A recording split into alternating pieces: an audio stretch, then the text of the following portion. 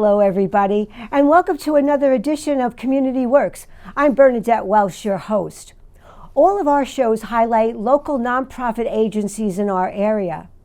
Our goal is to educate you, our viewers, about the great work that's going on all around us every day by local agencies and their supporters. Because when people help their neighbors, everybody benefits. The focus of today's show is the work of the Leukemia Lymphoma Society. It is a wonderful organization, and we're going to hear all about it, dealing with the whole issue of cancers of the blood.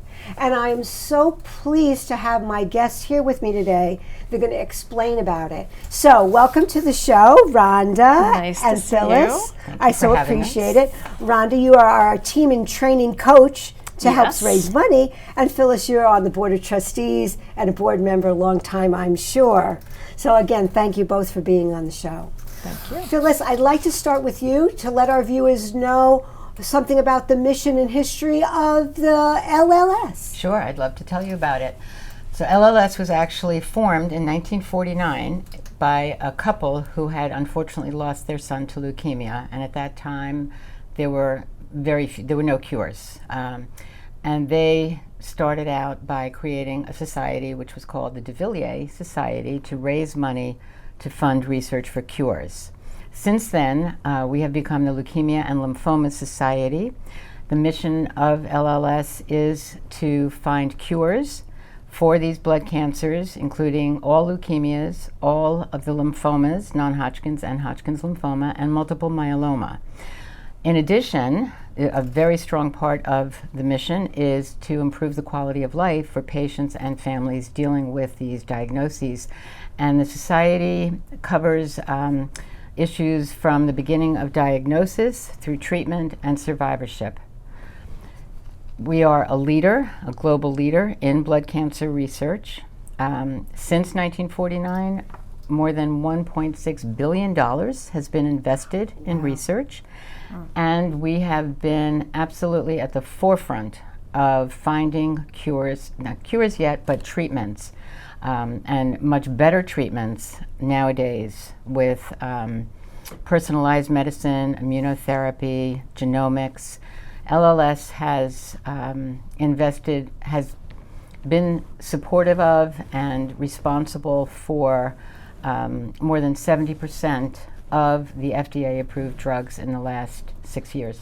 Wow, that's impressive. Yeah. That really is impressive. Yes. And I bet you a lot of people didn't know that it is leukemia, lymphoma, and other melanomas. So, yeah. Myeloma. Multiple myeloma. Myeloma. See? Well, people confuse that all the time. Yeah, it's easy to Melanoma confuse. is a skin disease, Right. skin cancer, but multiple myeloma is a very serious form of blood cancer which has been almost untreatable until probably the last 2 decades, where thanks to LLS, so many new treatments have been developed and extending people's lives and quality of life. Excellent. You're going to teach me later on exactly what that means. But, you know, we all need to get educated, right? That's what why we're doing this. We're educating our viewers.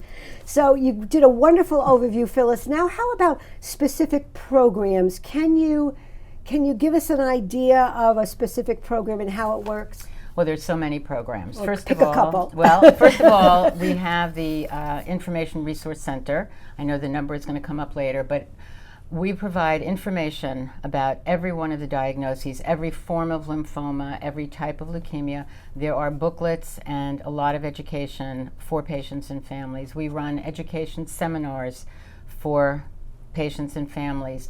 We have financial assistance, which I can go into more detail later if there's time, but we provide a lot of financial assistance for patients. There is nutrition counseling. There are support programs, support groups, peer-to-peer training, survivor to something called First Connection, where survivors of the specific diagnoses are trained to then call newly diagnosed people and talk to them about their experience, which is a very different perspective than a support group where people are kind of in the same situation. So there are a lot of support programs, a lot of education, a lot of financial assistance. A new program is now going to provide scholarships for children, youngsters who are ready to go to college. There is now a scholarship program for survivors of childhood cancer. So they're continually coming out with more and more ways to help people. And that's quite different than back in the day. If a mother found out her child had leukemia, that was it. Right. And now there's so much hope and support. All the different things that you talked about, Phyllis. So thank you for telling us about that. I understand, Rhonda told me about this, but I think you're going to explain it, about a special relationship with the drug companies to help with the costs and the services. How does that work? So a lot of the financial assistance programs Yes. that we're able to provide for patients are funded by drug companies. So one of them is called the Copay Assistance Program. And specific drug companies have supported this financial program. The money doesn't necessarily last the whole year. People have to apply their applications. Social workers have to document that the patient has indeed been diagnosed. But the drug companies have been instrumental in providing financial assistance, and also certain companies have been giving grants for the education programs that we provide. Wow, because a lot of people to give the drug companies a bum rap. It's nice to hear that this is a positive thing that they're doing to help. A lot of good for us. And of course, a major disease that impacts so many people. Okay, well, Rhonda, you've been so patient sitting next to Phyllis, and now it's your turn to tell us about a very special fundraising aspect for LLS, and it's called Team in Training. You ladies are wearing the shirts. Look, wait, there we go. Ta-da! And what is, Rhonda, Team in Training? Team in Training is a fundraising arm of the Leukemia and Lymphoma Society. So our job is to raise money to support all the research and all these amazing programs that LLS runs. So I am a hiking coach, and I train people to train for a hike somewhere in the United States, often at a national park or a beautiful outdoor place. And we train for 16 weeks, and I get people ready in all aspects of everything that they need to know about hiking and being outfitted and reading maps, etc. And then we go to travel to this place. This year it will be Rocky Mountain National Park. And we are there. It's a one-day event. Our hike is a one-day event, but we're often there for 3 days to get used to where we are, especially there's some altitude sometimes. And on hike day, we sign up for a particular length or time of hike, and we're put into small groups of 10 to 12 hikers. And on hike day, we all go out and hike in the same area on different trails and raise a lot of money. But I do understand that the hikers kind of pledge some money in order to take part in the program. So the hiking is cool, but they're hiking to fulfill a pledge or a goal. So tell us about that. There's usually a minimum amount of money that a hiker has to fundraise. I believe it starts at maybe $2,500, and that will get you your hike day event. And but if you raise higher levels, it will help cover some of your costs of staying there to go there. Yes, sure. And we have some phenomenal fundraisers. One is sitting to my left here, right there, and she and another man on our team have been unbelievable in the amount of money they've raised in the time that I've known them.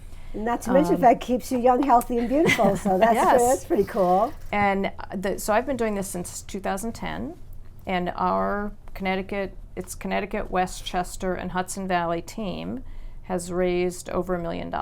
Wow. That's impressive. That's a lot of money. A lot of money. Yeah. Because when people really feel that it touches their heart, then of course, raising money or asking people to support you, it's not true. You're not asking for yourself. You're asking to support a program. So I get it. I get it. It's not a hard ask, is it? No, not a hard ask. It really isn't. Okay, so let's look at some pictures, shall we, of some of the information. Oh, there's Rhonda. What are we looking at? The picture of the Grand Canyon was was the first place that I went to on a team and training hike, and I returned there several times. And that is one of our teams. One of our members had created that sign so that we could all take a picture and use it to thank supporters. So that's it. I mean, the Grand Canyon, if you've never been there, is a fabulous place to visit. Worth the effort. Yep.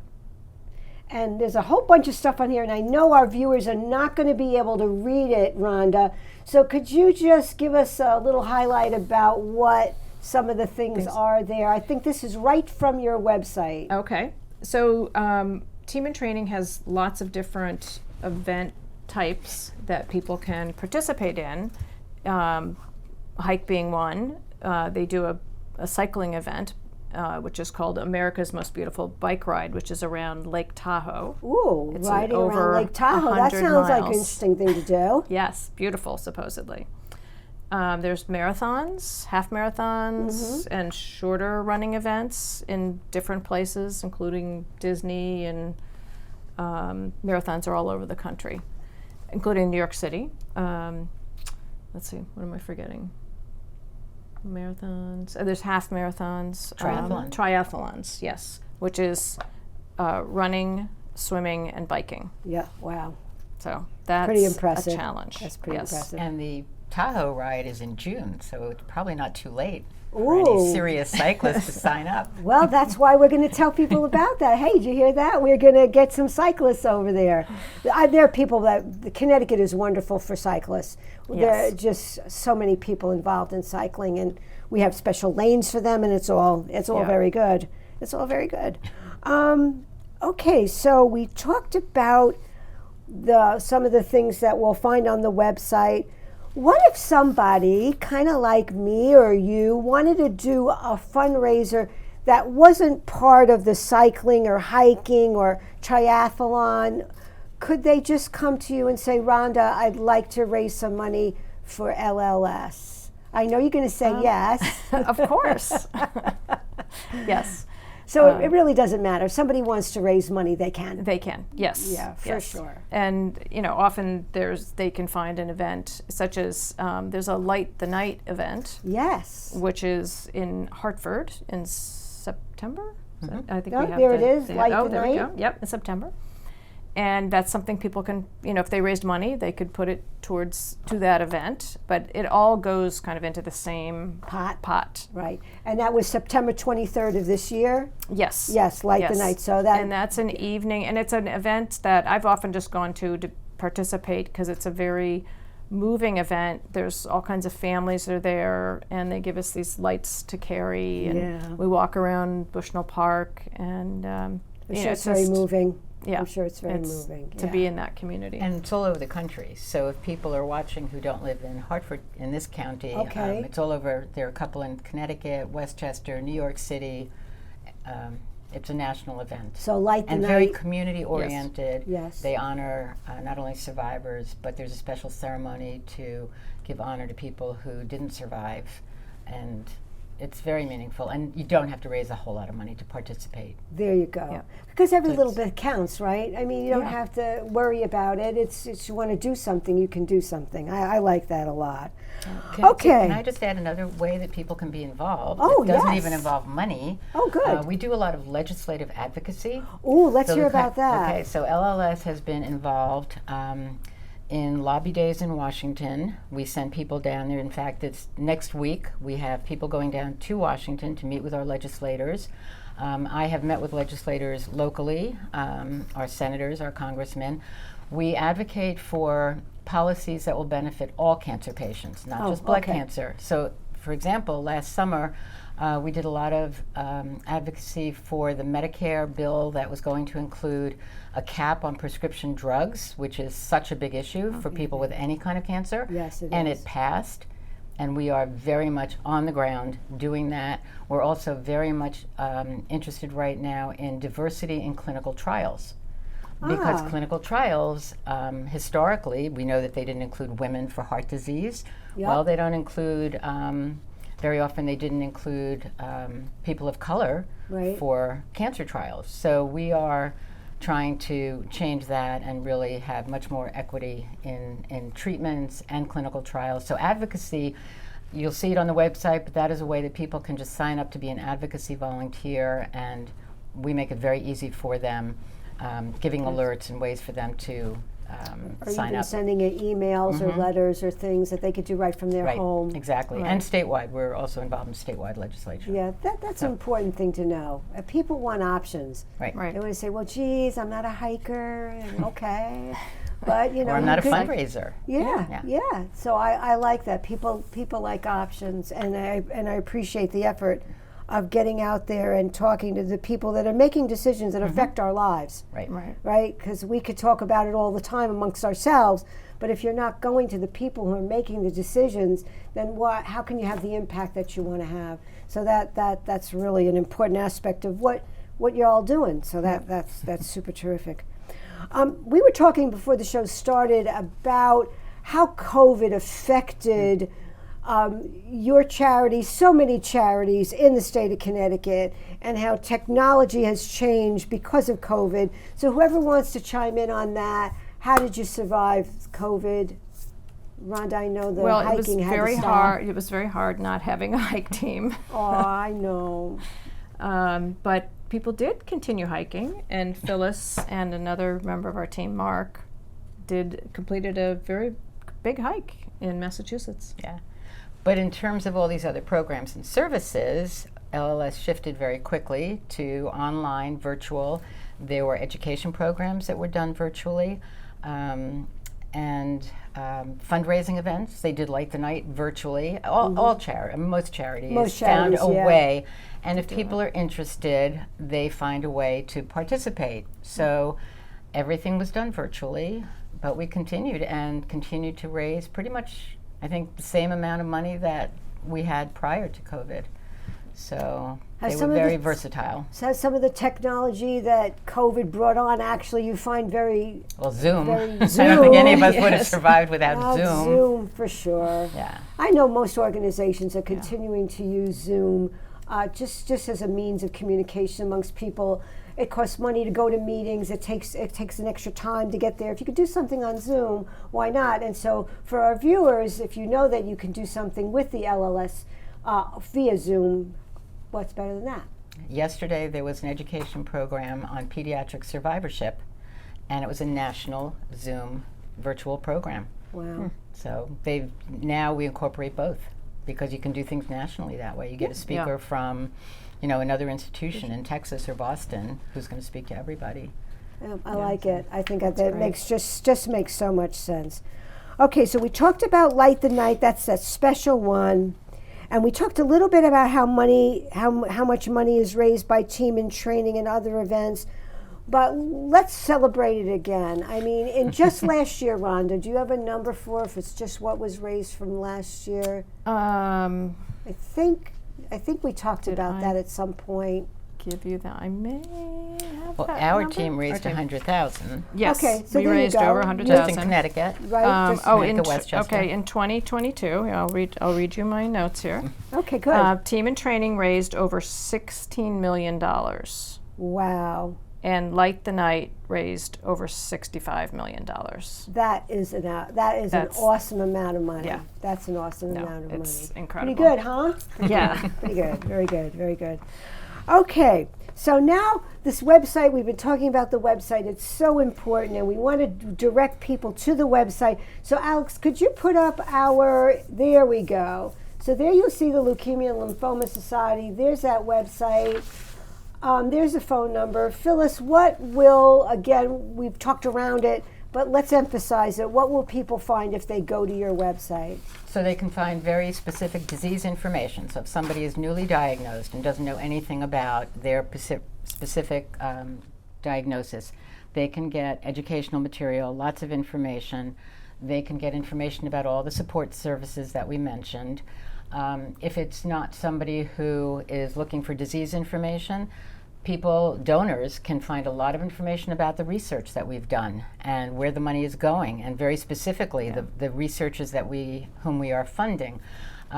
You can get information about the special services, fundraising, research, how to help, How to help. all Or simply to donate. how to be a just volunteer. me, Yep, so. advocacy is on there, team and training is on there. Very good. So pretty much anything they want. And the phone number that was listed is the Information Resource Center. Yeah, we're looking at it the again. 955, the 1-800. 800 number. Yep. So if they call that number, they're going to be speaking to a master's level trained person, a nurse or a social worker, Okay. who has information. They can help navigate clinical trials. If somebody's interested in a clinical trial, those people at the IRC, the Information Resource Center, can help with that. Okay. They are open from 9 a.m. to 9 p.m., Monday through Friday, Eastern Time.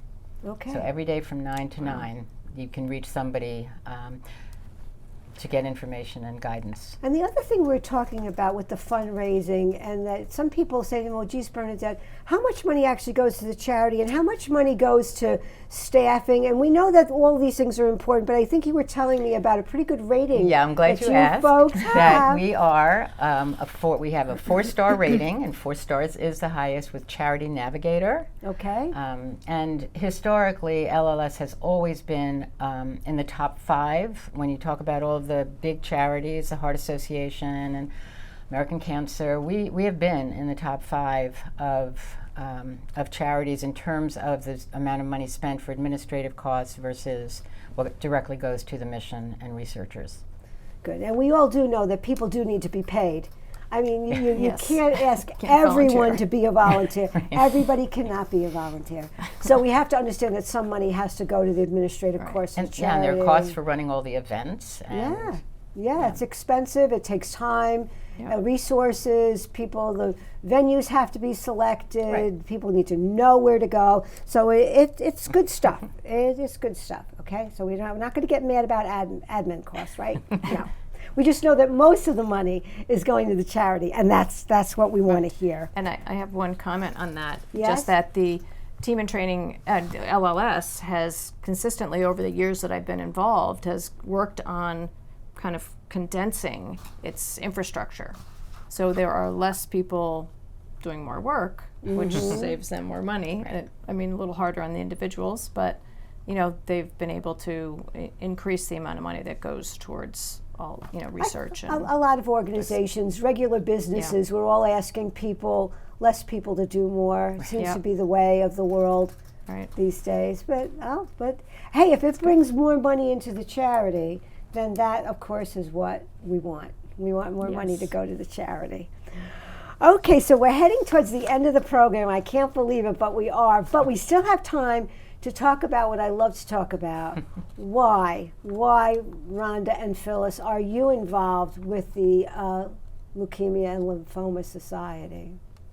So why? What does it mean? What does it mean to you, Rhonda? Well, I knew about team in training for a long time because I had a friend who was a cyclist and he was a cycling coach for many years. And I heard that they were starting a hiking program, and they actually asked his wife if she would be a hiking coach, but she said, no, both of us cannot be coaching at the same time. We would not have a Life needs to go on. Yes.